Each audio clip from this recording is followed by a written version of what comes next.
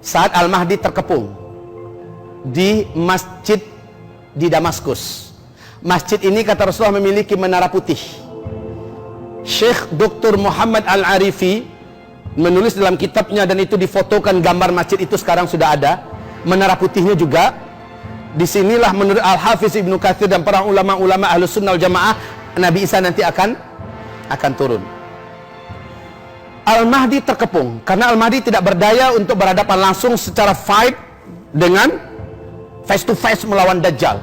Dajjal dengan bala tentaranya sangat besar dan kuat di luar sana mengepung Al-Mahdi di Masjid Jami' Amawi. Subhanallah kaum muslimin. Al-Mahdi salat subuh. Mereka terkepung dari asar kemarin. Salat subuhnya ketika azan qomat, Al-Mahdi perintahkan qomat. Lalu mereka semua qomat. Al-Mahdi maju ke depan. Seluruh mata tiba-tiba tertegun melihat ke arah langit. Ada apa? Isa alaihissalam turun ke bumi dengan cara diapit oleh dua malaikat yang bersayap. Nabi Isa meletakkan kedua tangannya di kedua bahu malaikat kiri kanannya. Turun. Rasul mengatakan wajah Isa sangatlah rupawan. Rambutnya seperti baru bekas keramas, ya, masih seperti meneteskan air. Indah dan sejuk menatap wajah Isa. Dia pun turun.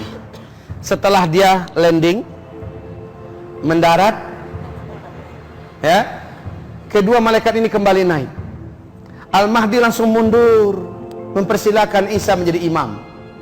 Isa menolak. Tidak, tadi qomat khusus untuk kamu. Imamnya zaman ini adalah kamu imam. Kemudian Al-Mahdi maju kembali mengimami salat. Setelah mengimami salat, mereka pun berzikir. Saat matahari terbit, Isa alaihissalam menuju ke belakang, pergi ke gerbang pintu yang sudah mau didobrak oleh Dajjal. Isa langsung membuka gerbang pintu itu.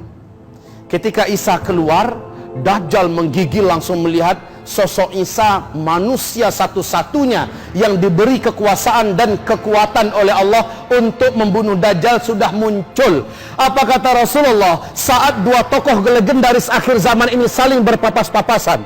Dajjal menggigil dan menjerit di tempat, menjerit dengan sekuat-kuat jeritan. Kenapa? Tubuhnya meleleh, kata Rasulullah.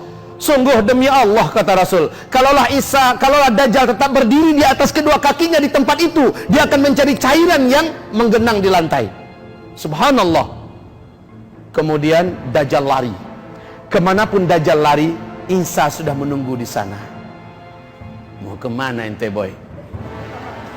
Kemana saja? Akhirnya Dajjal lari ke Palestina, tempat tepat di pintu Lut, dan disitulah Nabi Isa menghunjamkan tombak khusus yang dibawanya. Tembuslah Dajjal. Jerit kematian Dajjal.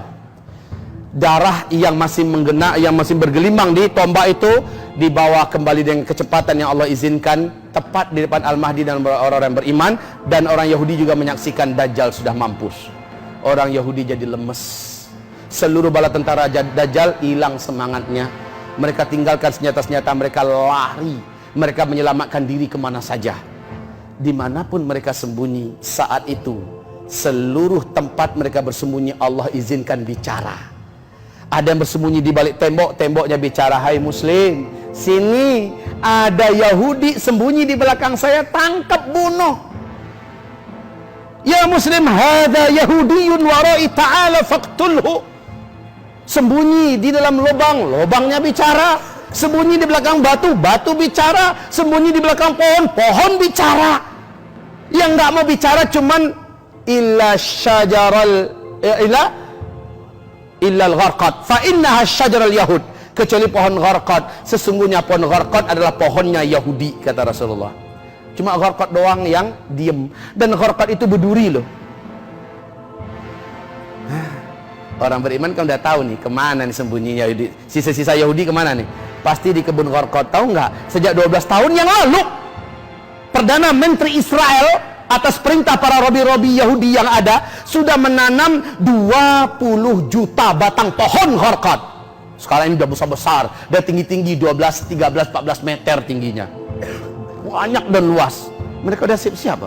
Mereka baca ini hadis. Mereka tahu nih pohon kita akhir zaman. Anehnya kenapa nggak beriman aja?